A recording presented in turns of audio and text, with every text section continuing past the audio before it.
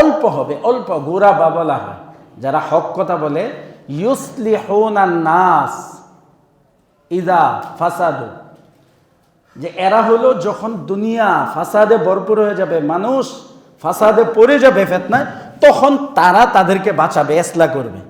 ইসলাহ কি দেওয়া হবে? কুফরির মধ্যে ইসলাহ, কুফরি ঠিক রয়েছে। ইসলাহের প্রথম শর্ত হলো কুফর থেকে, শিরক থেকে মুক্ত করা। তুমি সুন্নত দিয়ে কি করবে? আরে 12,000 বার জিকির করাইলে কি লাভ হবে ইমান না থাকলে? এই যে দেশে দেশে পতাকা, এটা তো হইলো দেশীয় জাতীয়তাবাদ, এটাকে আল্লাহ রসুল কুফরি বলছেন, এটা কুফরি আলামত। তো আপনি পিসাব হইয়া আলেম হইয়া কুফরি একটা আলামত, এটা আপনি কপালে বাইন্দা মিছিল করতেছেন, কি করলেন আপনি? কুফরি আল্লাহ রসুল বলছে যে জাতীয়তাবাদ কুফরি, এটা জাতীয়তাবাদের আলামত হিসাবে আপনি রাখছেন। এটা দিয়ে কি বুঝাইলেন? রাষ্ট্র বুঝবেন আমি বাঙালি, আমি বাঙালি জাতীয়তাবাদ, আমি মুসলিম জাতীয়তাবাদ না, আমি কি বাঙালি জাতি। এটা তো আল্লাহ রসুল কুফরি বলছেন।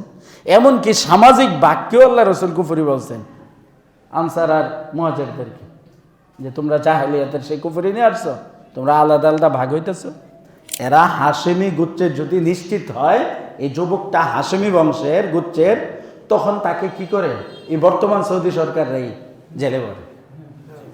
কিন্তু আল্লাহ রসুল এটার একটা ইঙ্গিত দিয়ে গেছেন এই 1400 বছর আগে, যে ইমাম মাহদি আইসা সর্বপ্রথম হাশেমি বংশের লোকদেরকে জেলখানা থেকে মুক্ত করবেন।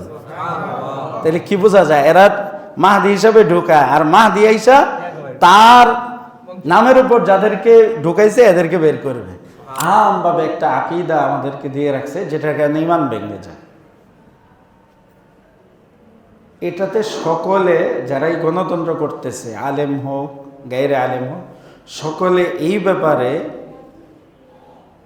একমত এবং একই কথা, সকলে সমস্বরে এক কথা বলে কি, সকল ধর্মের সমান অধিকার, সকল ধর্মকে সমানভাবে মূল্যায়ন করতে হবে, বলে না?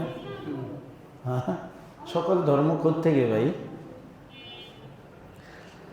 আল্লাহ সুবহানাহু ওয়া তাআলা বলতেছেন যে একমাত্র মনোনীত ধর্ম হলো ইসলাম। সূরা আলে ইমরানের 19 নম্বর আয়াত।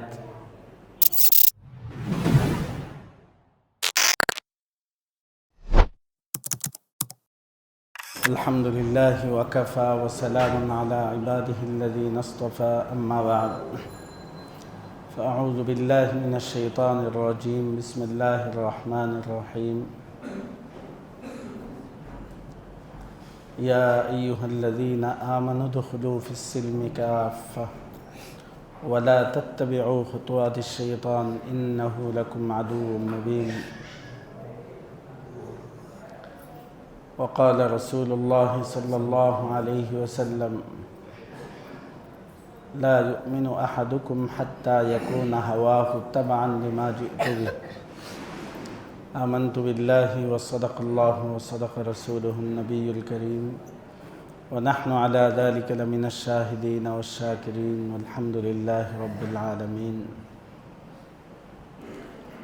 محترم মুআজ্জাজ সম্মানিত মুসল্লিয়ানে কেরাম, আল্লাহ সুবহানাহু ওয়া তাআলার অসংখ্য শুকরিয়া যে আল্লাহ সুবহানাহু ওয়া তাআলা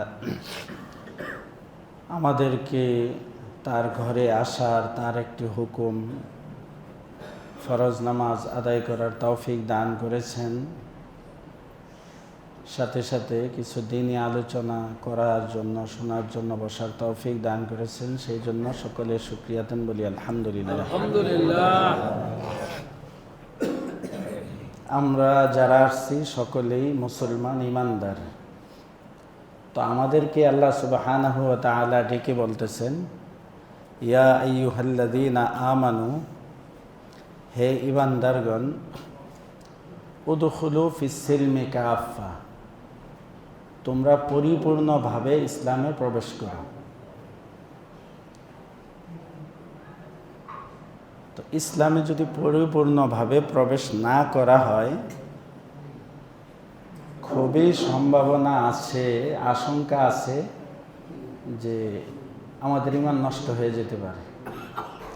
ঈমানের দুর্বলতার কারণে, ইসলামের দুর্বলতার কারণে হতে পারে এই আশঙ্কা থেকে যায় যে মৃত্যুর আগে ইমান ছাড়া হয়ে যেতে পারি আমরা কোনো কারণে। হাদিসে পাকের মধ্যে আল্লাহ রসুল সাল্লাল্লাহু আলাইহি ওয়াসাল্লাম সতর্কও করেছেন, বাদিরু বিল আমাল, যে তোমরা দ্রুত গতিতে আমলের দিকে ঝুঁকো, আমল করো। কারণ তাকুনু ফিতানুন কাকিতাইল লাইলিল মুজলিম, যে এমন ভাবে ফিতনা শুরু হবে রাতের অন্ধকারের মতো। সেটার ফলাফল কি হবে? ইউসবিহুর রাজুলু মুমিনান ওয়া ইউমসি কাফিরা ওয়া ইউমসি মুমিনান ওয়া ইউসবিহু কাফিরা। ফিতনার কারণে মানুষ সকালবেলা ইমানদার থাকবে, সন্ধ্যাবেলা সে কাফের হয়ে যাবে, সন্ধ্যাবেলা ইমানদার থাকবে, সকালবেলা সে কাফের হয়ে যাবে। তাহলে একটা ইমানদার কাফের হয়ে যাওয়ার কি আশঙ্কা থেকে যায়। এই জন্য ইমান ইসলামকে খুব মজবুতির সাথে আঁকড়িয়ে ধরতে হবে। আর আঁকড়িয়ে ধরার জন্য আগে জানতে হবে, বুঝতে হবে। আমরা নামে তো মুসলমান এই দেশে 95%, না 95%। আসলে উলামায়ে কেরামের গবেষণায় এমন না বিষয়টা। উলামায়ে কেরামের গবেষণায় হলো 5%, 5% হলো মুসলমান, আর 95%, 95% হলো নামে মুসলমান কামে মুনাফিক। নামে মুসলমান কামে মুনাফিক। মুনাফিকের মধ্যে দুই প্রকার, একটা হলো মুসলমান মুনাফিক আর একটা হলো বেঈমান মুনাফিক। 95% মুসলমানদের মধ্যে, মানুষের মধ্যে 5% হলো মুসলমান মুনাফিক। সে ইমানদারও আবার নেফাকিও আছে, মুনাফিকও আছে। 90% হলো নামে মুসলমান কামে বেঈমান। কামে তাইলে কি হলো? মূল বিষয়টা হলো আমাদের এই বাংলাদেশ, আমাদের দেশের কথা আমরা বলি, 95% হলো মুনাফিকের রাষ্ট্র, 5%, 5% মুসলমানের রাষ্ট্র। এটা কত পার্সেন্ট? আরও খুব গভীরভাবে চিন্তা করলে, গবেষণা করলে 5%ও টিকবে না। কারণ যারা মুসলমান তারা প্রত্যেক ক্ষেত্রে আল্লাহ শরিয়া চাবে, কোরআন সুন্নাহ চাবে। 5% লোক কি আল্লাহ শরিয়া চায়? যে আমার ব্যক্তি জীবন, পারিবারিক জীবন, সামাজিক জীবন, রাষ্ট্রীয় জীবন, আন্তর্জাতিক জীবন, অর্থনীতি, সমাজনীতি সব কিছু কোরআন সুন্নাহ অনুযায়ী চলবে, আল্লাহ শরিয়া অনুযায়ী চলবে। এটা কি 5% লোকে চায়? তো যে শরিয়া চায় না সে মুসলমান দাবি করার কোনো অধিকার রাখে না। এখন সহজে মোটামুটি এটা বুঝে আসলো না? এই জন্য ইসলাম নিয়ে, ইমান নিয়ে এত বেশি, হ্যাঁ, ইসলামী দণ্ডবিধি চায় না, ইসলামী দলও চায় না। ও ইসলামী দলও চায় না। হ্যাঁ, যারা ইসলামী দল দাবি করে তারা আসলে কি না, দু একটা মুখ দিয়ে বের হয়। মূল বিষয়টা হলো এরা শরিয়া চায় না, এরা ক্ষমতা চায়, এরা শান্তি চায়। এটা ঠিক, শান্তি তো আপনিও চান। যারা অশান্তি করে তারাও কিন্তু শান্তি চায়। অশান্তি কেন করে? শান্তির জন্য করে। অন্যকে অশান্তি করে যাতে সে শান্তিতে থাকতে পারে। যেমন সে রাষ্ট্র ক্ষমতা পাওয়ার পরে মানুষকে অশান্ত কেন করে? নিজে শান্তিতে থাকার জন্য না, যে আমার রাষ্ট্র, আমার ক্ষমতার বিপরীতে কেউ না দাঁড়াইতে পারে। তাহলে মূলত সেও কি শান্তি চায়? দুনিয়ার প্রত্যেকটা লোক শান্তি চায়। তো ইসলামী দলগুলিও শান্তি চায়, এটা অবশ্যই বলতে হবে, অন্যরাও চায়। এজন্য আমরা শান্তি রাষ্ট্র, কল্যাণ রাষ্ট্র করবো বলি। কিন্তু আল্লাহ কল্যাণ রাষ্ট্র বলেন না। আল্লাহ রসুল বলেন ইসলামী রাষ্ট্র, শরিয়া রাষ্ট্র। আর শরীয়ত মানলে শান্তি হবে। শরীয়ত মানলে আসলিম তাসলাম। আল্লাহ রসুল বলছে ইসলাম গ্রহণ করো, মানে যেভাবে ইসলাম গ্রহণ করা দরকার, করলে শান্তি পাইবে। এই যে যারা পশ্চিমের থেকে ঘুরে আসছে না, আফগানিস্তান থেকে, আমাদের ওলামায়ে কেরাম এসে কি বলতেছে, রাতে 2টা 3টার সময় আমরা পাহাড়ি রাস্তা দিয়ে হাজার হাজার কিলোমিটার গেছি, কোনো ভয় নাই, কোনো টেনশন নাই যে চুরি হবে, ডাকাতি হবে। পলিথিন কাগজ একেবারে স্বচ্ছ সাদা, এটার মধ্যে লক্ষ লক্ষ টাকা নিয়ে হাতে করে নিয়ে যেতেছে।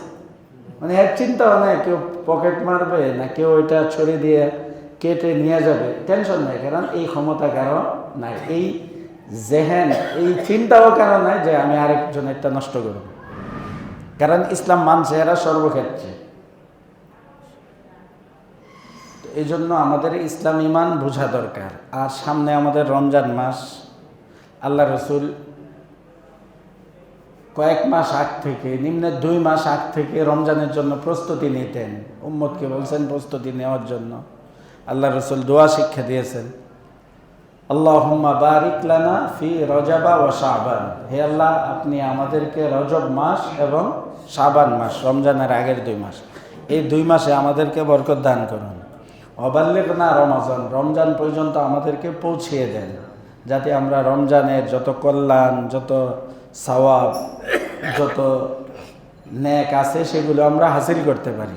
এই উম্মতের জন্য রমজান মাস বিরাট এক পুরস্কার, কল্যাণের সময়। কারণ আমরা হায়াত পেয়েছি একেবারে অল্প, তো রমজান মাসের উসিলায় আমরা হাজার হাজার বছরের ইবাদত সওয়াব হাসিল করতে পারি। এই জন্য এখন থেকেই কি দোয়া করার প্রস্তুতি নেওয়া। প্রথম প্রস্তুতি হলো আমার নামাজ, রোজা, হজ, যাকাত, এই সবগুলো কবুল হওয়ার মূল ভিত্তি হলো ইমানের উপর, ইসলামের উপর। কিসের উপর? তো প্রথমে ইমানি প্রস্তুতি নিতে হবে। এই জন্য উলামায়ে কেরাম, ফুকাহায়ে কেরাম বলেন যে আমাদের রমজানের প্রথম প্রস্তুতি হবে তওবা করে পাক্কা ইমানদার হওয়া, যাতে আমার নামাজ, আমার তারাবি, আমার রোজা, আমার দান খয়রাত, আমার ইফতারি, আমার সেহরি এবং রমজানে আরও যত কল্যাণকর কাজ আছে এগুলো সব আল্লাহর কাছে কবুল হয়। যদি ইমান আর ইসলাম ঠিক না হয় তো এগুলোর কোনো ফায়দা হবে না। এই জন্য আমরা লাগাতার ইমান ইসলাম নিয়ে আলোচনা করতেছিলাম। মোটামুটি ইমান ইসলামের যে সিলসিলা, যে সিরিজ, এটা আজকে শেষ হবে ইনশাআল্লাহ, শেষের দিকে। তারপরে ইমান কি কি কারণে আমাদের নষ্ট হয়ে যায়, প্রায় 30টা কারণ আছে। ওযু ভাঙ্গার যেমন কারণ আছে, রোজা ভাঙ্গার কারণ আছে, নামাজ ভাঙ্গার কারণ আছে, ঠিক তেমনিভাবে ইমান ভাঙ্গার কারণ আছে। এই জন্য আল্লাহ রসুল বলছেন সকালবেলা ইমানদার কোনো কারণ পাওয়া গেছে ভেঙে যাওয়ার ইমান, এটা পাওয়া যাবে, সন্ধ্যাবেলা সে কাফের হয়ে যাবে। কিন্তু ভাঙ্গার কারণ যেহেতু তার জানা নেই, এই জন্য সে ইমান যে পুনরায় আনবে এটার কি গুরুত্ব নেই। কারো উজু ভেঙে গেছে, সে জানে না, এই কারণে উজু ভাঙে, তাহলে কি সে আবার উজু করবে? নামাজ ভাঙ্গার কারণ জানে না, তো নামাজ ভেঙে গেলেও সে পুনরায় নামাজ পড়বে না, কারণ সে তো বুঝে নাই যে নামাজ ভেঙেছে। তো ঠিক তেমনিভাবে ইমান ভাঙ্গার কারণ আছে, যদি না জানে তো সে কি করবে না।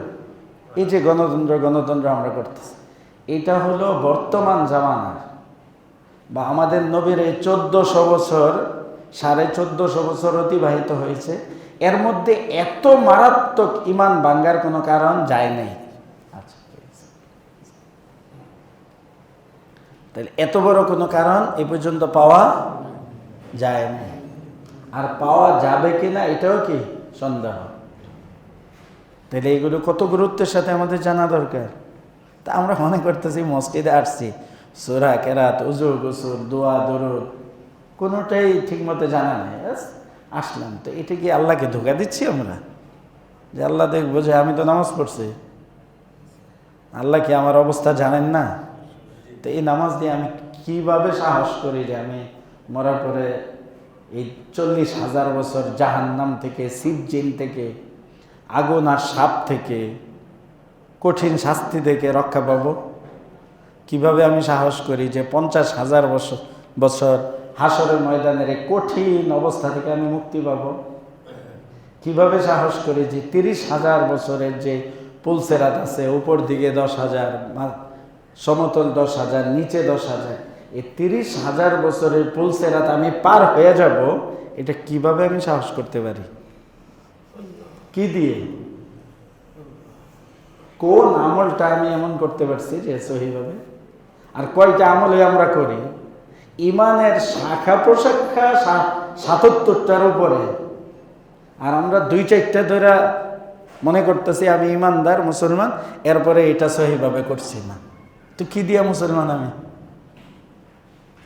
কোন বিষয় দিয়ে আমি ইমানদার হতে পারি বা আমি মুসলমান দাবি করতে পারি? আছে? নাই। আমভাবে একটা আকীদা আমাদেরকে দিয়ে রাখছে যেটার কারণে ইমান ভেঙে যায়। এটাতে সকলে যারাই গণতন্ত্র করতেছে, আলেম হোক গায়রে আলেম হোক, সকলে এই ব্যাপারে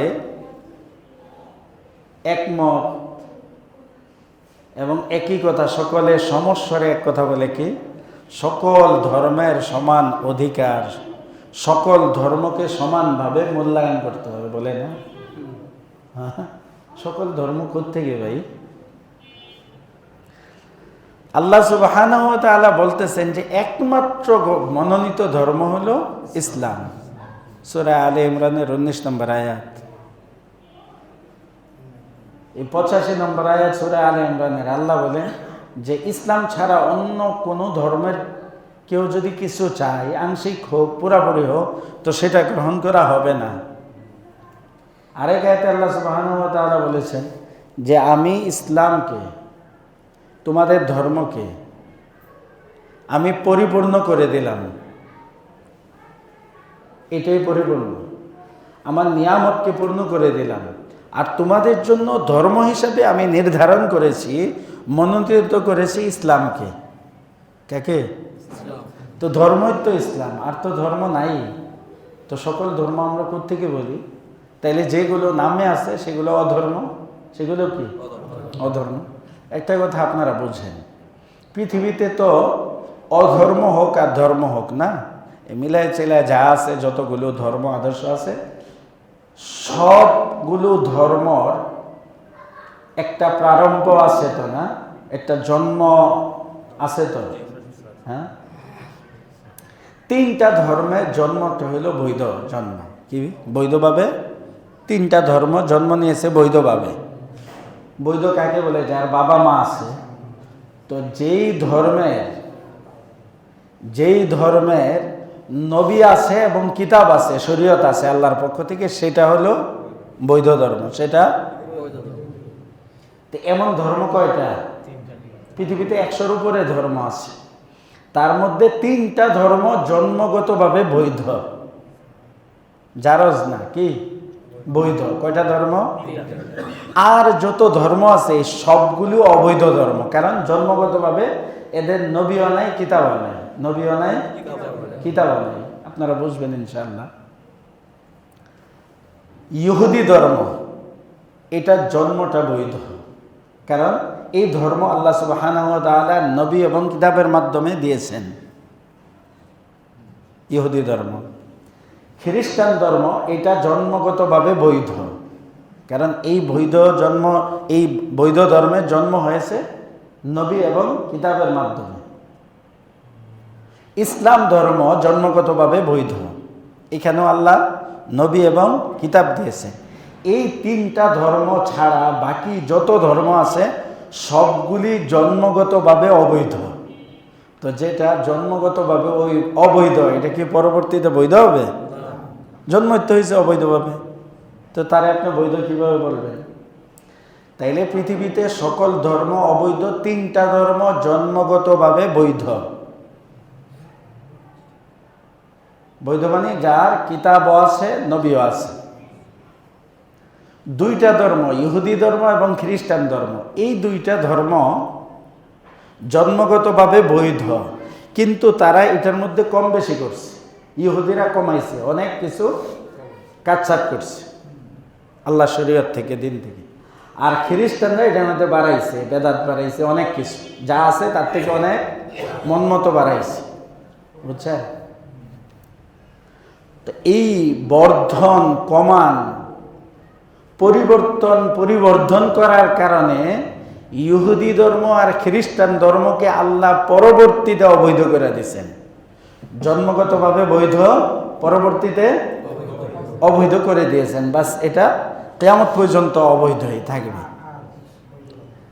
তাইলে বাকি রইল শুধু একটা ধর্ম, ইসলাম ধর্ম। এখন ইসলাম ধর্ম জন্মগতভাবেও বৈধ, এখনো বৈধ, কিয়ামত পর্যন্ত বৈধ থাকবে।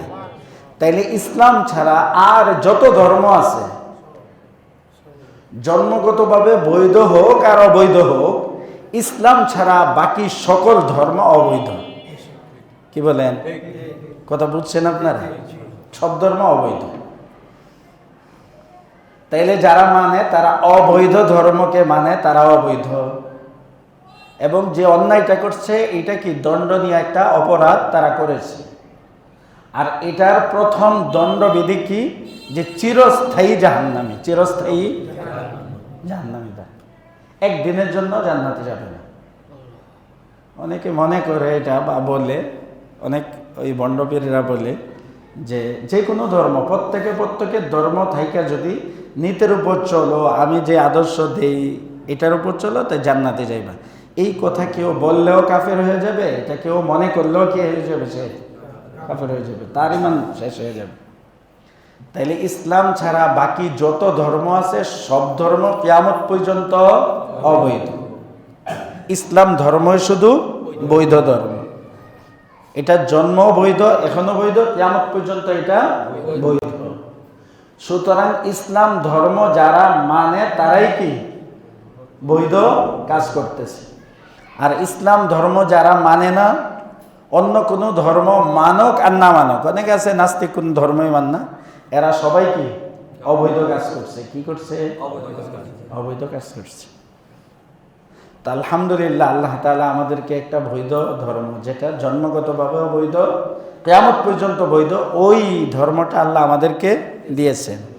খুশি না আমরা? আলহামদুলিল্লাহ। কিন্তু এটা আমাকে ধরে রাখতে হবে। যদি এটা কোনোভাবে ছুটে যায় তাহলে আমি অবৈধ হয়ে যাব। আর যারা অবৈধ ধর্ম মানবে, নিজেরা অবৈধ হবে, তারা কোনোদিন জান্নাত পাবে না, তারা চিরস্থায়ীভাবে জাহান্নামে যাবে। তাহলে আমাকে এটা ধরে রাখতে হবে। ধরে রাখার জন্য বুঝতে হবে। এরপরে আমরা আলোচনা করছিলাম যে আল্লাহ সুবহানাহু ওয়া তাআলার নিকট কি একমাত্র মনোনীত ধর্ম ইসলাম, আর সব অবৈধ। ইসলামের 5টা রকম, এটা নিয়ে আমাদের আলোচনা হয়েছিল। প্রথমে ঈমান, তারপরে নামাজ, রোজা, হজ, যাকাত। এই 5টার আলহামদুলিল্লাহ বিস্তারিত আলোচনা হয়েছে যে 5টা আমাদের লাগবে। কি বলেন? আচ্ছা, তারপরে প্রথম এই 5 স্তম্ভের 5টি রকমের মধ্যে প্রথম রকম কি ছিল? ঈমান। ঈমানের আবার 6-7টা রকম আমরা আলোচনা করেছি। আল্লাহর প্রতি ঈমান, ফেরেশতাদের প্রতি ঈমান, কিতাবের প্রতি ঈমান, যে সমস্ত কিতাব আল্লাহ পাঠিয়েছেন, নবীদের প্রতি ঈমান, আখিরাতের প্রতি ঈমান, ভালো এবং খারাপ ভাগ্য, তাকদীর আল্লাহর পক্ষ থেকে, এটার প্রতি ঈমান, মৃত্যুর পরে পুনরায় আল্লাহ তাআলা জীবিত করবেন, এটার প্রতি ঈমান। না? তো এটা ঈমানে মুফাসসালের মধ্যে আমানতু বিল্লাহ ওয়া মালাইকাতিহি ওয়া কুতুবিহি ওয়া রুসুলিহি ওয়াল ইয়াউমিল আখিরি ওয়াল কদরি খাইরিহি ওয়া শাররিহি মিনাল্লাহি তাআলা ওয়াল বা'সি বা'দাল মাউত। এই 7টা হলো ঈমানের রকম, আর 5টা ছিল ইসলামের রকম। তো ইসলামের রকনের প্রথম রকনটা ছিল ঈমান। এই ঈমানের রকন হলো 7টা বা 6টা, কেউ বলছেন। যাই হোক, আখিরাতকে একসাথে করে নিছে আর কি, কারণ মৃত্যুর পর থেকেই কি আখিরাত। তো কেউ এটাকে কি ভাগ করছে যে মৃত্যুর পরে আবার জীবিত করবে, আবার আখিরাতকে আলাদা করছে। যাই হোক, অসুবিধা নাই, 6টা হোক 7টা হোক, একই বিষয়। এই যে 6টা বা 7টা ঈমানের রকন, তার প্রথম রকনটা হলো কি বলেন? আল্লাহর প্রতি ঈমান। ঈমানের রকন সবগুলোই তো ঈমান, আল্লাহর প্রতি ঈমান, ফেরেশতাদের প্রতি ঈমান। প্রথম রকন যেটা, এটা হলো আল্লাহর প্রতি ঈমান। এই আল্লাহর প্রতি ঈমান যায়, এটাকে বলা হয় তাওহীদ, একাত্মবাদ, আল্লাহকে এক হিসাবে মানা, না আল্লাহর একত্ববাদের স্বীকার করা। তো আল্লাহর একত্ববাদের স্বীকার করা, এই যে তাওহীদ বা আল্লাহর প্রতি ঈমান, এটার আবার রকন 2টা। কয়টা? 2টা। একটা হলো তাগুতকে অস্বীকার করা, তারপরে আল্লাহর প্রতি ঈমান আনা। তাগুতকে অস্বীকার আমরা পড়ছি যে আল্লাহ ছাড়া যাদের ইবাদত করা হয়, যাদের আইন মানা হয়, এই সবগুলিকে অস্বীকার করা। তো অস্বীকার করলে থাকে কে? আল্লাহ একা। তারপরে আল্লাহ একক, আল্লাহর উপর ঈমান আনা, এটা হলো দ্বিতীয় রকম। তাহলে প্রথম রকম কি হলো? ঈমান বিল্লাহ, আল্লাহর প্রতি ঈমানের, যে আল্লাহ ছাড়া যাদের ইবাদত করা হয়, যাদের আইন মানা হয়, এই সবাইকে অস্বীকার করতে হবে। এটা হলো লা ইলাহা ইল্লাল্লাহ, হলো পরের অংশ। প্রথম অংশ হলো লা ইলাহা, সবাইকে অস্বীকার। কারো আইন মানা যাবে না, কারো দাসত্ব করা যাবে না, কারো ইবাদত করা যাবে না। তারপরে ইল্লাল্লাহ মানে আল্লাহ এক। তাহলে প্রথম কাজ তাওহীদ বা আল্লাহর প্রতি ঈমানের দুইটা রকম। প্রথমটা হলো আল্লাহ ছাড়া যত মিথ্যা মাবুদ আছে, ইলাহ আছে, সবগুলিকে বাদ দেওয়া, দিয়া এক আল্লাহর প্রতি ঈমান আনা। এই দুইটা রকম। এই যে আল্লাহর প্রতি ঈমান আনা, এটা হলো তাওহীদ। তাওহীদ মানে একত্ববাদ, আল্লাহকে এক মানা। এটা আমরা বলছিলাম যে চারভাবে আল্লাহকে এক মানতে হবে। প্রথমটা ছিল তাওহীদে রুবুবিয়্যাত, রব হিসাবে আল্লাহ এক। রব হিসাবে না আর কোনো রব আছে? আল্লাহ একক, এটা মানতে হবে। 2 নম্বর ছিল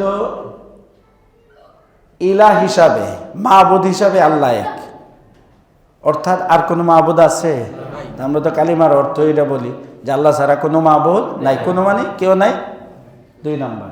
3 নম্বর হলো আল্লাহর যত গুণগত নামগুলি আছে, 99টা একসাথে হাদিসের কিতাবে আছে না, আসমায়ে হোসনা বলা হয়।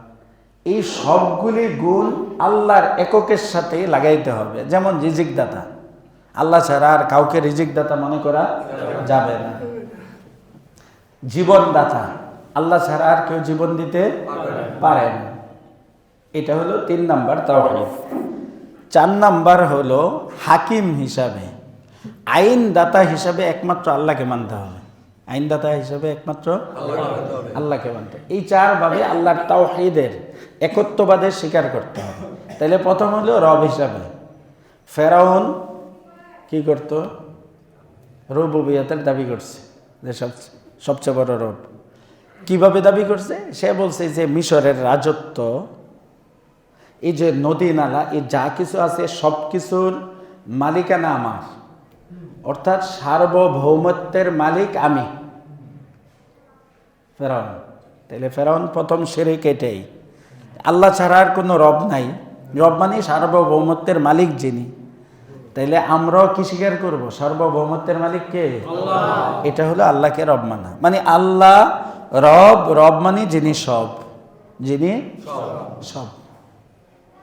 আল্লাহ রব, রব মানে সব। আমার জীবনদাতা, আমার মৃত্যুদাতা, আমার রিজিকদাতা, আমার শান্তিদাতা, আমার সন্তানদাতা, এই সকল ক্ষমতার উৎস কে? এক আল্লাহ। এবং সার্বভৌমত্বের মালিক আল্লাহ।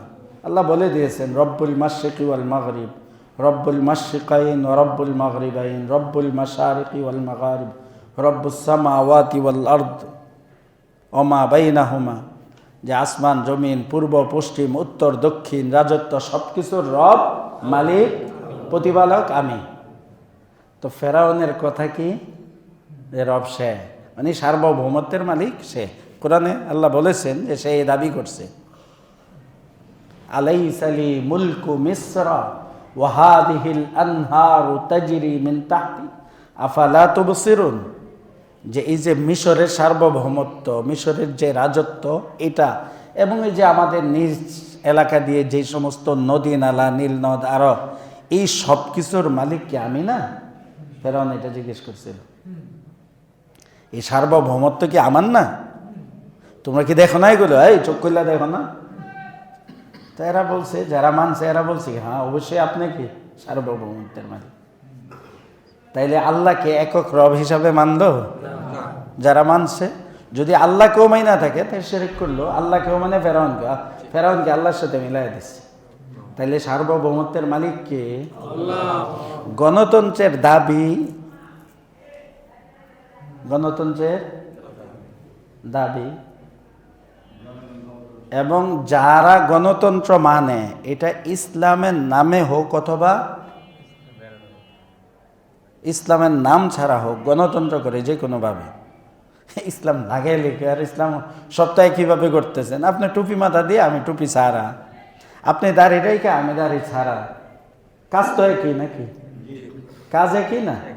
একই সংসদে যাওয়া, একই সিস্টেমে যাওয়া, একইভাবে সব কিছু মেনে নেওয়া, একই সংবিধান মানা, একই এই কি কয় যে শপথনামা পড়া, একই নীতির, একই আদর্শের উপর, একই বিশ্বাসের উপর, একই নিয়ম কানুনের উপর নমিনেশন নেওয়া, সব এক না?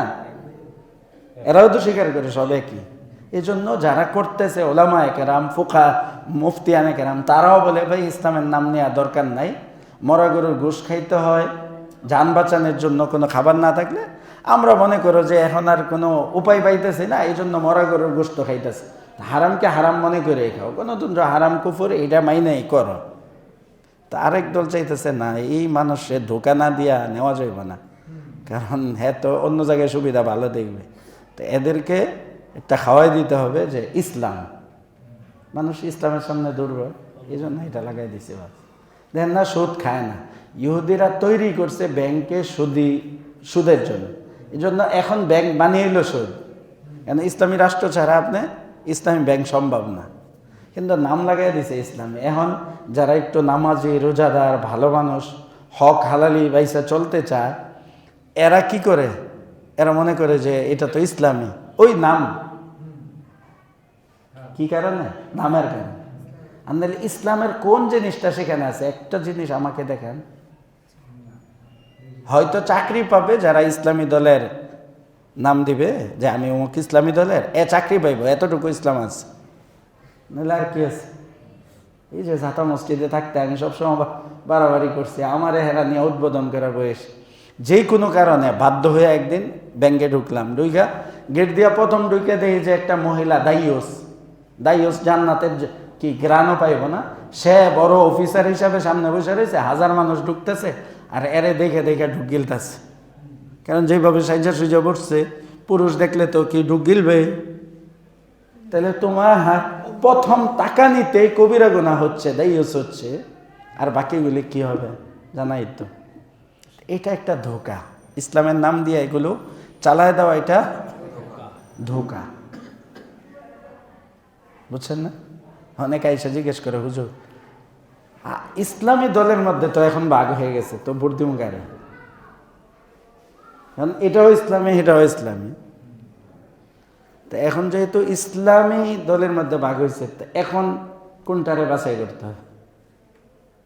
কি কন?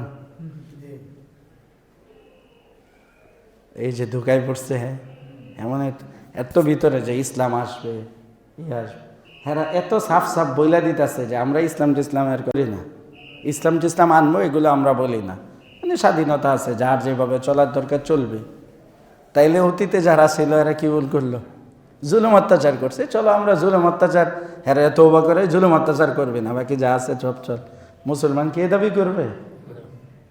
ইসলাম আসলে এমনি কি জুলুম অত্যাচার দূর হয়ে যাবে, এটা তোমাদের কইতে হইব না যে আমরা কল্যাণ রাষ্ট্র করবো না, কল্যাণ টল্যাণের দরকার নাই, ইসলাম আনো, আল্লাহ কল্যাণ দেবে, এটা আল্লাহর ওয়াদা, কোরআনে আল্লাহর ওয়াদা, ইসলাম মানো শান্তি পাইবা। তো এটা ধোকা। তা আমি বলি যে ভাই আগে তো এটা আমাকে বলেন যে ভোট দেওয়াটা যে জায়েজ, ভোট দেওয়াটা জায়েজ, এটা আপনি আমাকে বলেন আগে, তারপরে আমি বাস করে দিই যে কোনটাতে ভোট দেবেন। আর যদি কেউ না জায়েজ করেন তো হুজুর মুসবি যায় মদ খাওয়া কি মাকরু হইব কি না?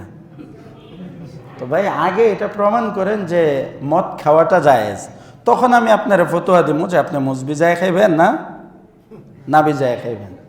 খাইতেছেন হারাম, আর আপনি আমারে জিগাইতেছেন কি মুসবি যায় খাওয়া মাকরু না হারাম, মানে ভোট দিতেছেন হারাম করতেছেন, আর এনে জিগাইতেছেন কোন দলকে দিবেন।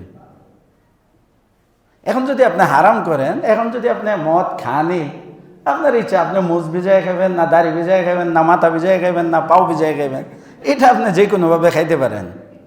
তো আপনি ভোট যদি দেনই তো আপনি যে কেউ দিতে পারেন, এটা তো আর জিগায় লাভ নেই, কারণ সব জায়গায় দেওয়া একই তো জিনিস। আপনি ইসলামের বিরুদ্ধে আরেকটা পদ্ধতি কাফেরা দিয়েছে, সেখানে গেলেন, বুঝছেন না?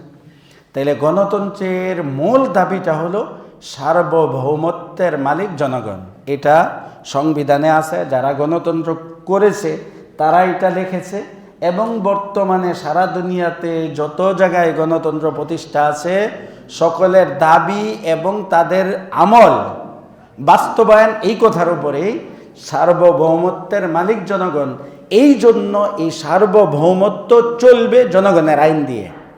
এখন আপনার যারা বলে যে আমরা এটা মানি না, পাগল। না মানলে জনগণের কাছে ভোট চাওকে? সার্বভৌমত্বের মালিক আল্লাহ, তো আল্লাহ বলে দিছেন আমার আইন মানা, কি করো? বাস্তবায়ন করো। তাইলে তুমি জনগণের কাছে অনুমতি চাইবা কি হিসাবে? জনগণ বললে তুমি ইসলামী আইন করবা, কারণ জনগণ যদি তোমারে পাশ করা, এটাই তো দাবি যে আমি পাশ করলে ইসলাম আনবো। আর যদি আমি পাশ না করি, তুমিও জানো যে ইসলাম অন্যরা আনবে না, তো তুমি তো এটা স্বীকৃতি দিলাই না। তো আবার মুখ দিয়ে কি জন্য বললো যে আমরা এটা মানি না? এই কথা কেন বললো যে গণতন্ত্রের এই বিশ্বাস আমরা মানি না, সকল ক্ষমতার উৎস জনগণ, এটা আমরা মানি না? তো যদি সকল ক্ষমতার উৎস জনগণ এটা না মানো, আল্লাহ মানো, তো শুধু আল্লাহর আইন বাস্তবায়ন করবা যেমন করা দরকার। জনগণের কাছ থেকে অনুমতি কেন? একটা মদ খুরের কাছ থেকে কেন অনুমতি? একটা জুয়া খুরের কাছ থেকে কেন অনুমতি? একজন ইজ্জত বিক্রি করেন না মহিলা, যে তার দেহ ব্যবসা করে, কি বলে পতিতা, তার কাছে কেন চাও যে কি তুমি অনুমতি দিলে আমি ইসলাম কায়েম করবো? যায় না কেন? এর কাছে তো যারা ইসলামের নাম বলে, এর মার বুটের যে দাম এর কাছে, একজন পতিতা মেয়ে যে প্রতিদিন কয়েকবার তার ইজ্জত বিক্রি করতেছে, তার বুটের বরাবর দাম না? কি বলেন?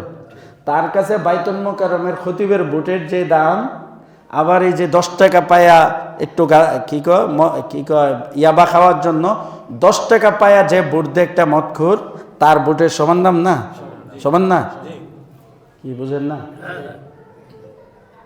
মনে করেন আপনাদের সামাজিক একটা ইলেকশন করলেন না, তো এখানে যদি দেখা যায় মসজিদের 5 ওয়াক্ত নামাজি, ইমাম সাহেব, খতিব সাহেব, এরাও তো থাকবে, সেক্রেটারি সাহেব থাকবে, মোতাওয়াল্লি সাহেব থাকবে, এই সবাই মিললে একজনকে ভোট দিল, সে ভোট পাইল কয়টা? 99টা। কয়টা? আর এলাকার যত উল্টাপাল্টা লোক আছে, নামাজও আসে না, রোজাও রাখে না, হজ জাকাত কিছুই করে না, ইসলাম ইমান কিছুই বোঝে না, মদ গাঁজা খা, চুরি করে, ডাকাতি করে, পকেট মারে, এরা যেহেতু সমাজে, এরা 100 জনে মিল্লা একজনকে ভোট দিছে, পাশ করবে কোনটা? তাইলে গণতন্ত্র হইল যে একটা মদখোর আর আপনার মসজিদের মোতাওয়াল্লি, সেক্রেটারি, ইমাম, খতিবের ভোটের সমান দাম। অর্থাৎ আপনার কাছে আল্লাহ বলতেছেন ব্যবধান আছে, ইন্না আকরামাকুম ইনদাল্লাহি আতকাকুম, আমার কাছে তার সমর্থনের দাম বেশি, তার দাম বেশি যে আল্লাহর বেশি নিকটে। আর আপনার কাছে হইল যে না না না, 2টা মদ খুরাইলে ইমাম সাহেবের তে দামি বেশি, খতিব সাহেবের তে দামি বেশি। 2 জন মদ খুর যদি আইসা বলে, ইমাম সাহেব একা বললে কাজ হইব না। কি কন? হ্যাঁ, এখন যারা ভবিষ্যতে আশায় আছে যে প্রধানমন্ত্রী হবে, বা বর্তমান যিনি আছেন কি উপদেষ্টা, প্রধান উপদেষ্টা না, তার ভোটের যে দাম, তার ভোটের যে দাম, আর আমরা রাস্তা দিয়া গেলে মোবাইল হাতে থাকলে টান দিয়া লয়ে দৌড় দে, হের ভোটের সমান দাম। কি কন? হ্যাঁ, সমান দাম না? ইসলামকে এটা মানবে? আকল বুদ্ধি থেকে এটা সমর্থন করে? তো এই আকলের বিরুদ্ধে, ইসলামেরও বিরুদ্ধে। যেটা ইসলামের বিরুদ্ধে হয় না, এটা আকলেরও বিরুদ্ধে হয়, যে বুঝবেন। বাস। তাইলে আপনি মানেন আর না মানেন, স্বীকার করেন আর না করেন, গণতন্ত্রের দাবি হলো সার্বভৌমত্বের মালিক জনগণ, আর কোরআন সুন্নাহর দাবি হলো সার্বভৌমত্বের মালিক একমাত্র, এটা হলো আল্লাহকে একক রব মানা। তা আপনি এসে আল্লাহকে সেজদা করতেছেন, এনে আপনি হজেও যান, উমরাও করেন, আপনি মসজিদের কমিটিতেও আছেন, আপনি ইমামতিও করেন, মুয়াজ্জিনিও করেন, আবার গিয়া ভোটটা দিয়া এই কথা স্বীকৃতি দিচ্ছেন আল্লাহ মুখ দিয়ে তো আপনাকে মানি, আপনি সার্বভৌমত্বের মালিক, কিন্তু বাস্তবে দেখেন আপনার উল্টা আমি ভোট দিলাম, আমি সার্বভৌমত্বের মালিক জনগণ, এটাই আমি বাস্তবায়ন করে দেখাই দিলাম। মুনাফিক আর কারে কয়? মুনাফিক কারে কইব? তাইলে আপনি মুখ দিয়ে বলতেছেন সার্বভৌমত্বের মালিক আল্লাহ, আর আপনি ভোট দিয়ে বুঝাইতেছেন যে জনগণ সার্বভৌমত্বের মালিক। ওই কথার উপর আমি কি দিলাম? সমর্থন দিলাম। এই জন্য প্রথমটা হলো একমাত্র রুবুবিয়ত আল্লাহর জন্য নির্ধারণ করতে হবে, সার্বভৌমত্বের মালিক কে? আল্লাহ। 2 নাম্বার, মাবুদ আল্লাহ ছাড়া আর কেউ নাই, একক মাবুদ মানতে হবে, একক। আলহামদুলিল্লাহ আমাদের মামুনুল হক সাহেব গত এক সপ্তাহ আগে মনে একটা বয়ান দিছে এই তাওহীদের উপর, সুন্দর একটা আলোচনা দিছে। আল্লাহ তাআলা হুজুরকে এই গণতন্ত্রের কুফরি শিরক থেকে পুরোপুরি মুক্ত হওয়ার তৌফিক দান করুন। তো হুজুর এখানে বিষয়গুলি আনছেন যেগুলো আমরা ছোটরা বলি, তো বড়রা বললে মানুষের জন্য মানা সহজ হয়। তো মাবুদ একমাত্র কে? মাবুদ মানে এবাদত থেকে, এবাদত করি না আমরা, এবাদত থেকে এই শব্দটা মাবুদ মানে যার এবাদত করতে হয়। তাহলে আপনারা কালিমার অর্থ কি বলেন সবাই এক বাক্যে? আল্লাহ ছাড়া কোনো মাবুদ নাই, মানে আল্লাহ ছাড়া কারো এবাদত চলবে না, আল্লাহ ছাড়া কারো দাসত্ব চলবে না। এবাদত মানে দাসত্ব আর কি, গোলামি না।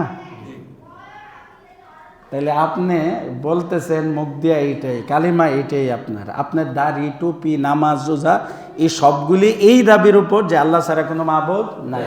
তো আপনি যখন মাজারে গিয়া চাইবেন তাহলে মাবুদ কে হইল?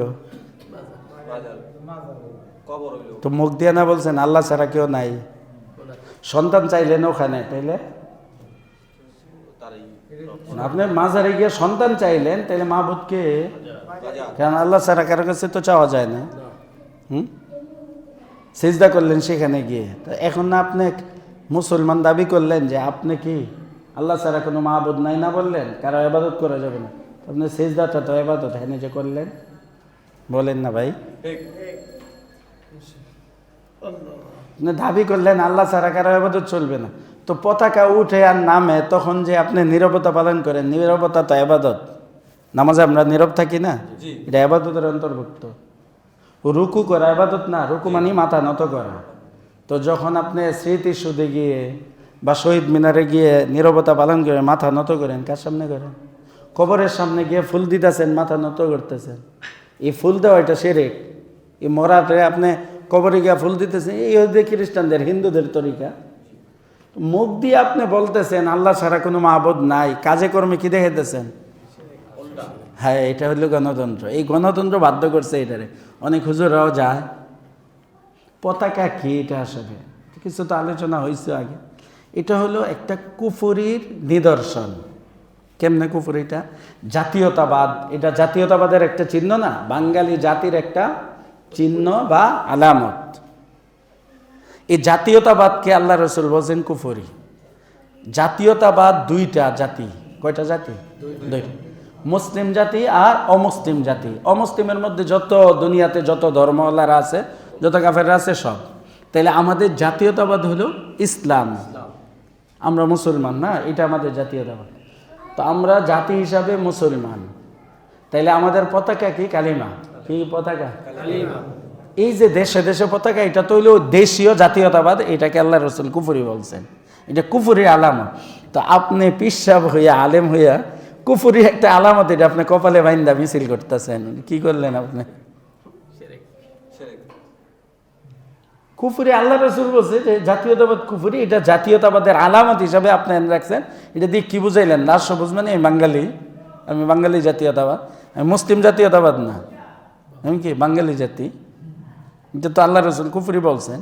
এমনকি সামাজিক বাক্যেও আল্লাহ রসুল কুফরি বলছেন আনসার আর মুহাজিরদেরকে, যে তোমরা জাহেলিয়াতের সেই কুফরি নিয়ে আসছো, তোমরা আলাদা আলাদা ভাগ হইতেছো, ভেদাভেদ করতেছো। তবে দামি কে? হ্যাঁ, ভেদাভেদ হবে এটার উপর, দামি আর কম দামি। দামি যার ভিতরে আল্লাহর ভয়, আল্লাহর মোহাব্বত, দিন, ইমান, ইসলাম যত বেশি, সে এত বেশি দামি হবে। তা আমাদের দামি কি? আমি বাঙালি জাতি, সর্বশ্রেষ্ঠ, 1000 বছরের সর্বশ্রেষ্ঠ বাঙালি।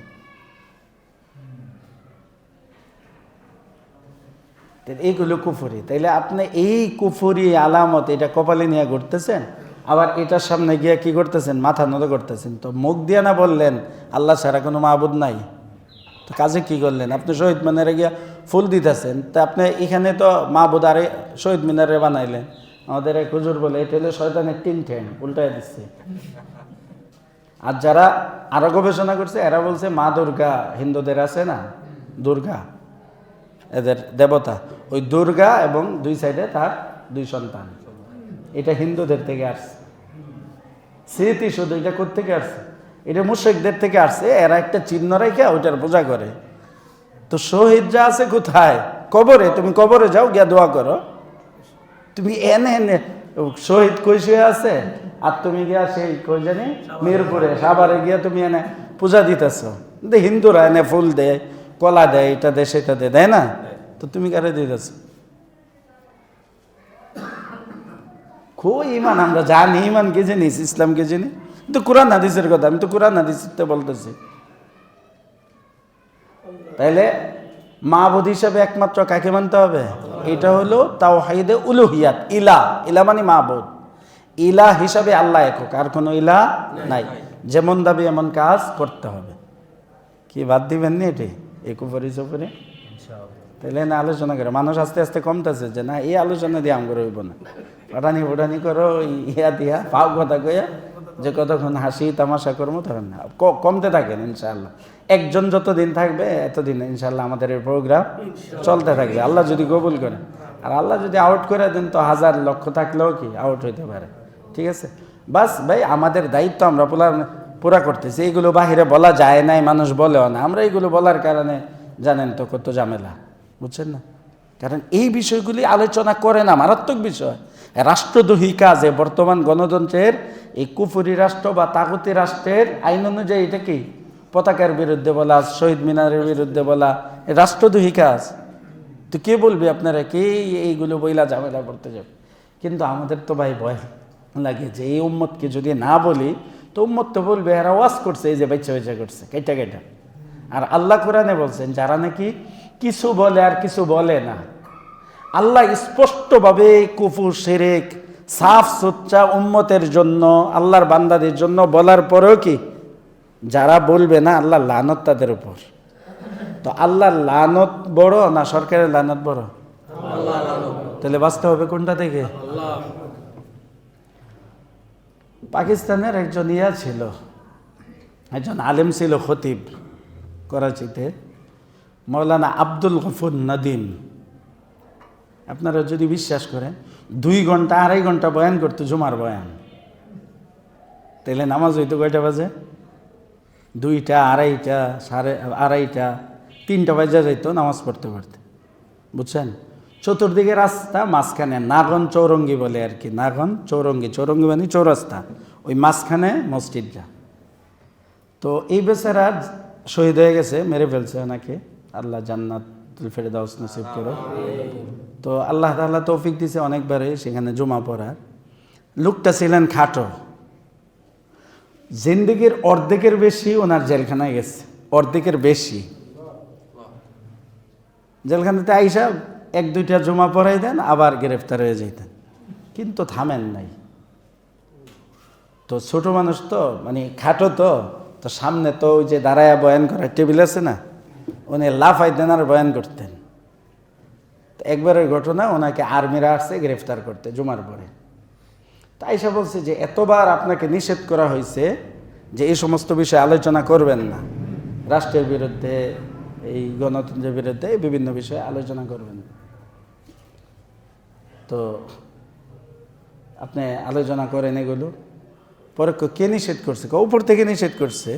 কোত্থেকে? উপর, বুঝেন না? উপর থেকে নিষেধ। উনি বললেন ভাই উপর থেকে নিষেধ করছে, এরও যে উপর থেকে আমাকে আদেশ করা হয়েছে, তা আমি কি করবো? আরো উপর থেকে কি আদেশ করা হয়েছে? এটাই সরকার নিষেধ করছে। এই কোটি কোটি সরকার যে আল্লাহ সেকেন্ডের মধ্যে আলু ভর্তা বানায় ফেলান কি ভূমিকম্প দিয়ে, তো সে আল্লাহর পক্ষ থেকে আদেশ করছে, তা আমি কোন দিকে যাব? বাস গ্রেফতার করছে, আবার চলে গেছে, সর্বশেষ শহীদ করে দিল। এরা হলো জামানার হক্কানি আলেম। তাহলে আমাদের দায়িত্ব ভাই, এই জন্য বলতে হয়, নাহলে কি দরকার 15 দিন পরে পরে আইসা আপনাদের এখানে সময় নষ্ট করা, এই মসজিদে আসার? এখানে তো কাজ চলছে, ইমাম আছে, খতিব আছে, ওলামায়ে কেরাম আছে, তো অন্যরাও করতেছে। তো এক ব্যক্তি যদি সব বিষয়ে আলোচনা করে, সবার কাছে হয়তো ভালো লাগে না। ইমাম সাহেব তাফসিরও করে, আবার দেখা যায় মাঝখানে আবার নিচ্ছে, তো মানুষ আগ্রহ পাবে না। তো হয়তো এইভাবে হইতে পারে, এই জন্য লোক ভিন্ন হইতে পারে, কিন্তু জানতে হবে, বুঝতে হবে। ঠিক আছে, আর মানুষ কমতে থাকবে, যত খাঁটি হবে কমবে ভাই, যত খাঁটি হবে কমবে। আল্লাহর নীতি এটা। তাইলে 3 নম্বরে কি বললাম? নাম, গুণগতভাবে আল্লাহ একক। রিজিক দাতা, মৃত্যুদাতা, জীবনদাতা, সন্তানদাতা, শান্তিদাতা, না? এই সব কিছুর, এই সমস্ত গুণের একক অধিকার কার? আল্লাহর। এটা মানতে হবে। সন্তানদাতা আর কেউ নাই, জীবনদাতা আর কেউ নাই, মৃত্যুদাতা আর কেউ নাই, একক মানতে হবে। এটা হলো তাওহীদে আসমা ও সিফাত। 4 নম্বর হইল তাওহীদে হাকিমিয়া, বিচারক হিসাবে, আইনদাতা হিসাবে আল্লাহ একক। আল্লাহ কোরআনের বিভিন্ন আয়াতের মধ্যে বলছেন, ইনিল হুকমু ইল্লা লিল্লাহ, একমাত্র বিধান চলবে আলা লাহুল খালকু ওয়াল আমরু, সাবধান, যার সৃষ্টি বিধান চলবে, আইন চলবে, তো সব বাদ হয়ে যায় না? যার সৃষ্টি বিধান চলবে কার? ওয়া আনিহকুম বাইনাহুম বিমা আনজালাল্লাহ, যে তোমরা বিচার ফাইসালা করো তাদের মাঝে, মানুষের মাঝে আল্লাহ যা নাজিল করছেন, অর্থাৎ আল্লাহর বিধান দিয়ে। ইউরিদুনা আন ইয়াতাহাকামু ইলাত তাগুত ওয়া ক্বাদ উমিরু আন ইয়াকফুরু বিহি, আল্লাহ বলেন এরা খালি চায় কি? তাগুতের কাছে, আল্লাহ ছাড়া যত মাবুদ আর ইলা আছে, মিথ্যা ইলা, এদের কাছে বিচার ফাইসালা চায়, বরঞ্চ এদের সাথে কুফরি করার জন্য আল্লাহ আদেশ করছেন। আল্লাহ কোরআনে বলতেছে ওয়াকাদ উমিরু, তাদেরকে আদেশ করা হয়েছে আইয়াকফুরু বিহি, এদের সাথে কুফরি করতে। এই নেতাদের সাথে, এই এমপি মন্ত্রী যারা বসে বসে আইন তৈরি করে, এদের সাথে কুফরি করার আদেশ করা হয়েছে, কিন্তু তারা কি করে? তাদের কাছে যায়। আল্লাহর কথা। তাইলে হাকিম হিসাবে, বিচারক হিসাবে, আইনদাতা হিসাবে একমাত্র কাকে মানতে হবে? এই 4 ভাবে আল্লাহর একত্ববাদের স্বীকার করতে হবে। ইসলামের প্রথম রুকন ঈমান, ঈমানের প্রথম রুকন আল্লাহর প্রতি ঈমান, আল্লাহর প্রতি ঈমানের 2 রুকনের দ্বিতীয় রুকন হলো আল্লাহর একত্ববাদ, অর্থাৎ রব হিসাবে আল্লাহ একক, মাবুদ হিসাবে, ইলাহ হিসাবে আল্লাহ একক, আসমা ও সিফাতের গুণগুলি আল্লাহর একা, এবং হাকিম হিসাবে, আইনদাতা হিসাবে আল্লাহ একক। এই একত্ববাদের স্বীকার করতে হবে। তো আমরা মুখ দিয়া সব বলি ভাই, মুখ দিয়া না শুধু, কারণ শুরুতে আলোচনা হয়েছে যে মুখ দিয়া বলতে হবে, বুঝে শুনে কালিমা পড়তে হবে, বুঝতে হবে, মুখ দিয়া বলতে হবে। তাসদিক বিল জানান, প্রথমটা হলো একরার বিল লিসান, দ্বিতীয়টা তাসদিক বিল জানান, অন্তর দিয়ে 100% বিশ্বাসও করতে হবে। যে বিশ্বাস করবে সে মানবে, মানুষের বিশ্বাস নাই, মুখ দিয়ে বলে শুধু। এই জন্য মসজিদে এসে আল্লাহকে সিজদা দিলেও আবার মাজারে গিয়া সিজদা দিয়ে দেয়। মসজিদে এসে আল্লাহকে রুকু করার পরও গিয়ে স্মৃতিশোধে গিয়া কবরে গিয়ে, নেতার কবরে গিয়ে কি করে ফেলে? রুকু করে ফেলে। মানে বিশ্বাস নাই তার। সে যে বলতেছে এটা আল্লাহ ছাড়া কোনো মাবুদ নাই, তার বিশ্বাস নাই, এটা তার মুখের বলি। বুঝতেছেন? আর যখন বিশ্বাস হবে তখন আল্লাহ বলেন কি করতে হবে?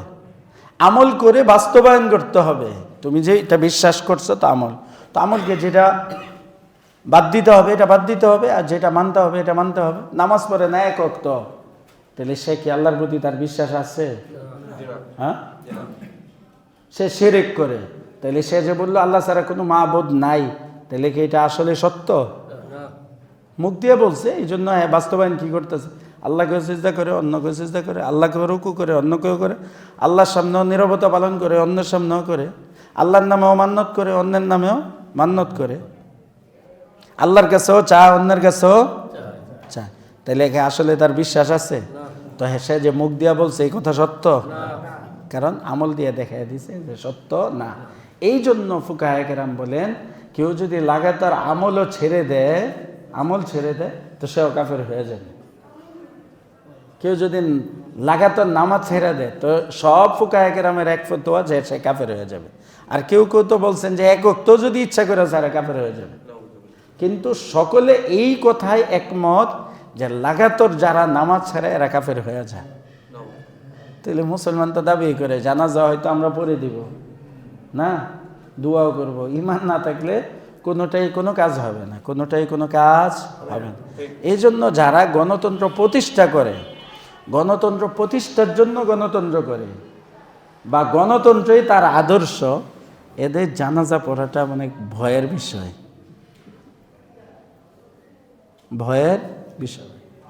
ইনশাল্লাহ আমাদের ইমান ভাঙ্গার কারণের মধ্যে আসবে গণতন্ত্রের দ্বারা যে ইমান ভাঙ্গে, কেন ভাঙ্গে, ঠিক আছে? তো ইমান ভাঙ্গে গেলে একটা লোক যখন বেঈমান হয়ে যায়, তো এর জানাজা পড়া কি জায়েজ? মুসলমানদের খবরে খবর দেওয়া জায়েজ? তার বউ তার সাথে থাকা জায়েজ হবে ইমান না থাকলে? বউ তো ইমানদার, হে যখন বেঈমান হইব তো থাকা জায়েজ হইব? সন্তান হইলে এইটা কি এই কি কন যারও হইব না? বৈধ সন্তান হবে? কত ঝামেলা। জন্য বোঝা দরকার। আল্লাহ যাদেরকে বুঝ দিবে, দেখেন এই আলোচনা হয় না, বিশ্বদের দরবারে যান, তাবলিগে যান, মাহফিলে যান, কেন ঝামেলা তো। সবাই চায় যে নিরাপত্তা পর্যন্ত বয়ান করা, নিরাপদ পর্যন্ত। আর না হয় একটা লোক যে পুরাপুরি তার জিন্দিগিটা ইসলামের বিরুদ্ধে গণতন্ত্র প্রতিষ্ঠায়, যারা ইসলামের কথা বলে তাদেরকে মারতেছে, কাটতেছে, গুম করতেছে, খুন করতেছে, সব পিসাবের দরবারে যা হেরে ঠিকই কি একটু দোয়া করে দে যে মাশাআল্লাহ আপনি একটু দাড়ি রাখছেন, এটা বড় হইলো মানে সুন্দর লাগবে, সুন্নত হইল এটা সব।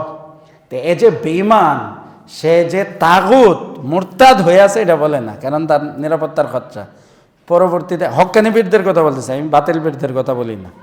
হক পীর যারা একেবারে আমার পীর, এরা এই কথাটা বলবে না, তবলিগ এটা বলবে না, তাইলে পরের দিন আর তবলিগ বন্ধ, যাইতে দিব আর কোনো মসজিদে?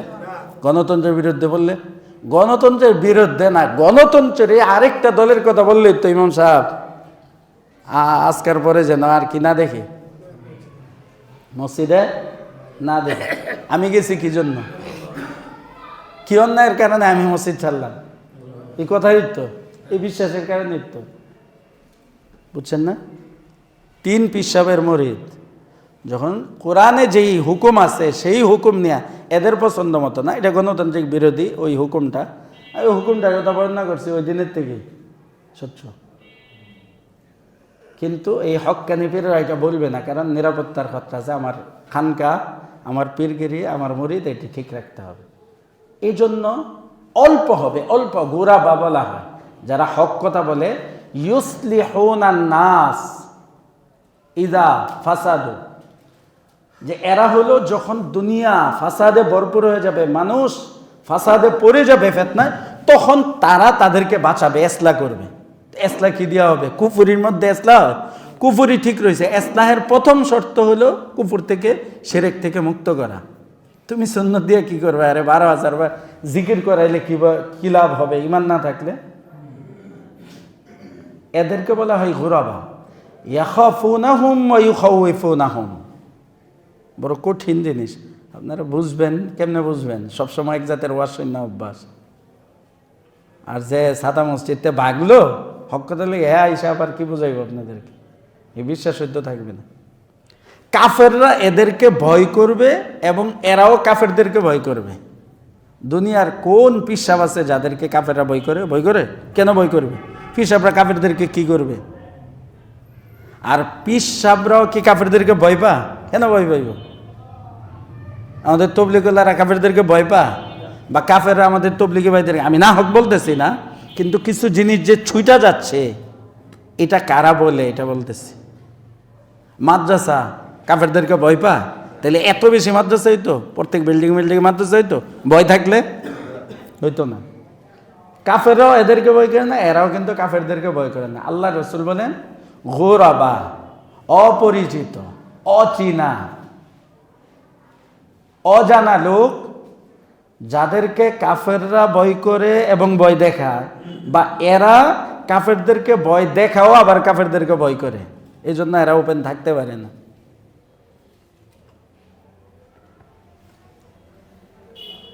বুঝছেন তো? কে চায় যে আমি ভয়ে থাকি? নিরাপত্তার। তো এই আলোচনাগুলি হয় বলে যাদেরকে আল্লাহ বোঝার তৌফিক দান করেন। আমরা তো এমন অবস্থা হয়েছে যে এতে লোক কি সারাদিন বসে থাকে, কেউ চাইরা নাও দেয় না, আবার কি সন্ধ্যাবেলা খালি হাতে উঠে যায়।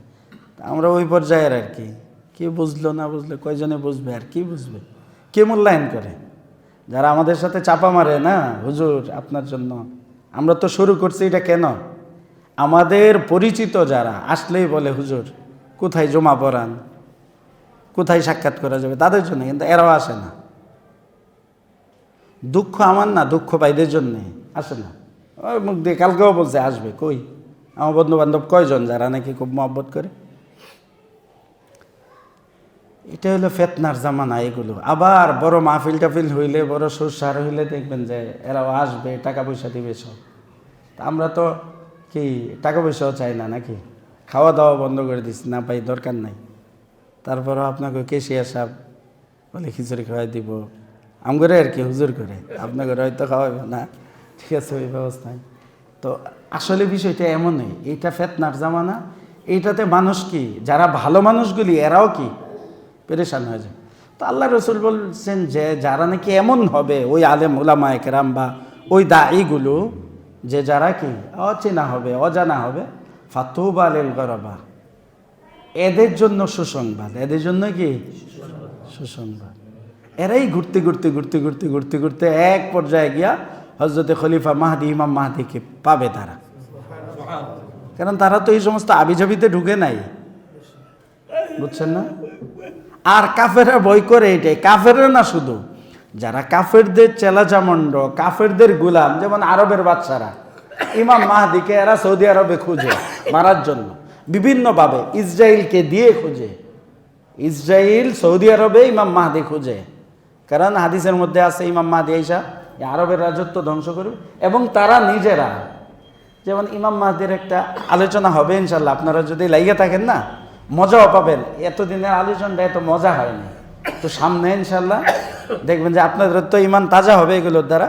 সামনে যখন আসবে ইমাম মাহদির আলোচনা, ঈসা আলাইহিস সালাম কীভাবে নামবেন, কি করবেন, তারপরে দাজ্জাল কীভাবে আসবে, তখন কি একটা নতুনত্ব আসবে, ঠিক আছে? তো একটা কথা বলি যে ইমাম মাহদি আসবে হইল আরবে মদিনা থেকে, আর এটা হবে হাশেমি গোত্রের, কুরাইশ বংশের একটা গোত্র হলো হাশেমি, যেটা থেকে আল্লাহ রসুল।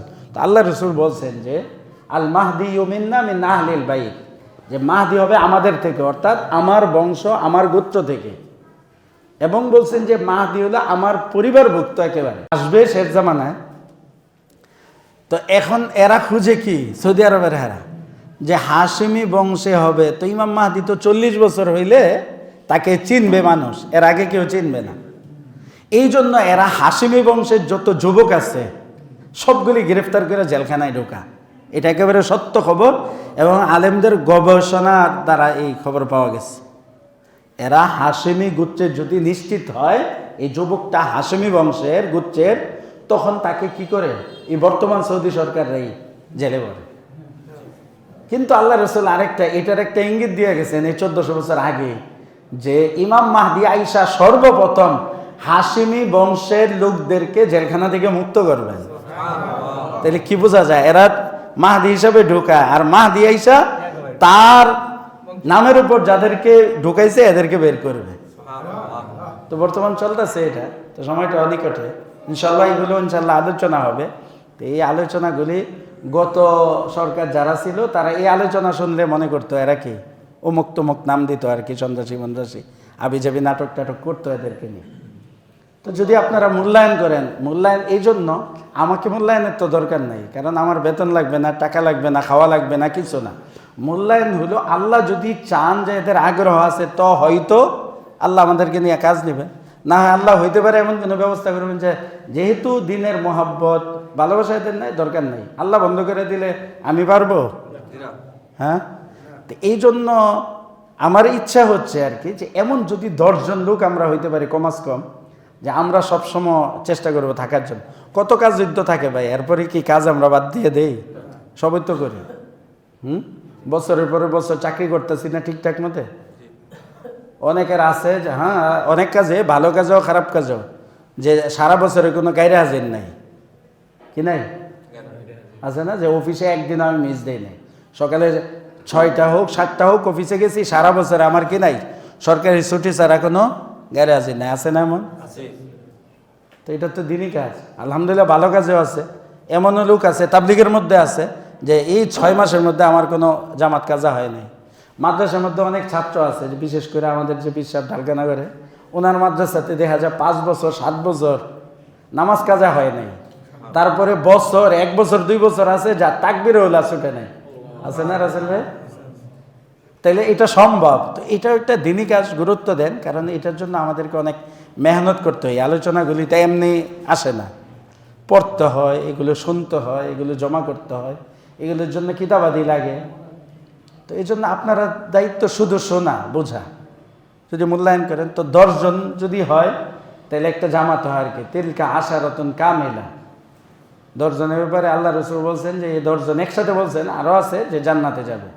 তো আমরাও যদি 10 জন পাই যে এই 10 জন সবসময় থাকবে, তাইলে আগ্রহটা বাড়বে আশা করি, এবং আল্লাহর পক্ষ থেকে আশা করা যায় 10 জনের উসিলায় আল্লাহ তাআলা আমাদের এই মজলিসটা চালু রাখবেন। এই জন্য দেখেন কেউ যদি, ইনশাল্লাহ তো সবাই কয়, হ্যাঁ না সবাই বলে, এটা বাস্তবায়ন করতে হবে আর কি। কাদেরকে আল্লাহ কবুল করবে আল্লাহই জানে, ঠিক আছে? তো চেষ্টা করেন সবাই, ইনশাল্লাহ ফায়দা হবে ভাই। এখানে তো আর আজে বাজে কোনো বিষয় না, আমি মুরিদও করতেছি না ভাই আমার কাছে মুরিদ হন, আমার দলে আসেন, এমন তো কিছু না। একবারে সাফসুতরা আলোচনা, বাস আপনাদেরটা আপনাদের কাছে, আমারটা আমি, ঠিক আছে? আপনাদেরটা আপনাদের। তো চেষ্টা করেন 10 জন রাখার, তাহলে ইনশাল্লাহ আশা করি যে আমাদের এটা ফলদায়ক হবে, ঠিক আছে? ক্যামেরাও হচ্ছে ইনশাল্লাহ, ভবিষ্যতে আপনারা এই আলোচনাগুলি দিতেও পারবেন। নেটে যারা দেখেন, ইউটিউব আছে, ফেসবুকে আমার দিন, ঠিক আছে? AMAD,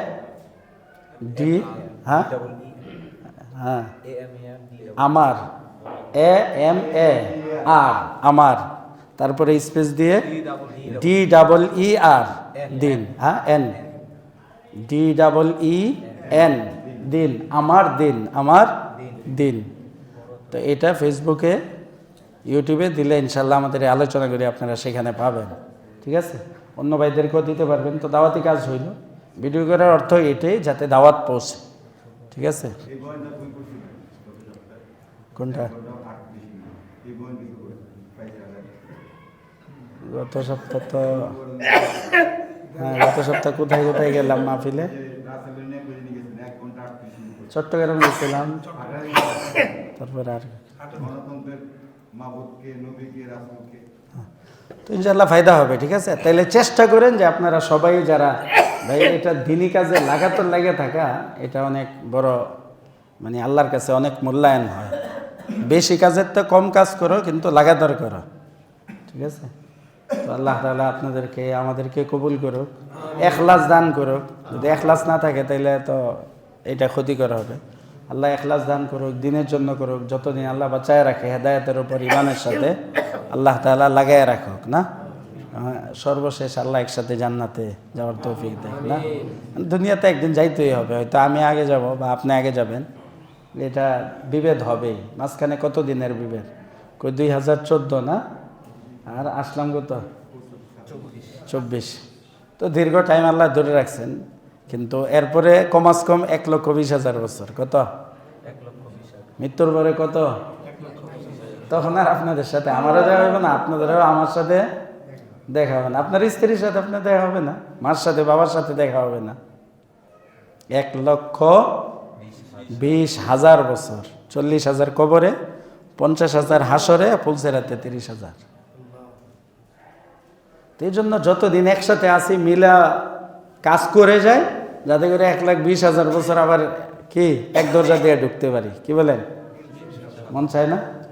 আল্লাহ তাআলা কবুল করুন। সুবহানাল্লাহি ওয়া বিহামদিহি,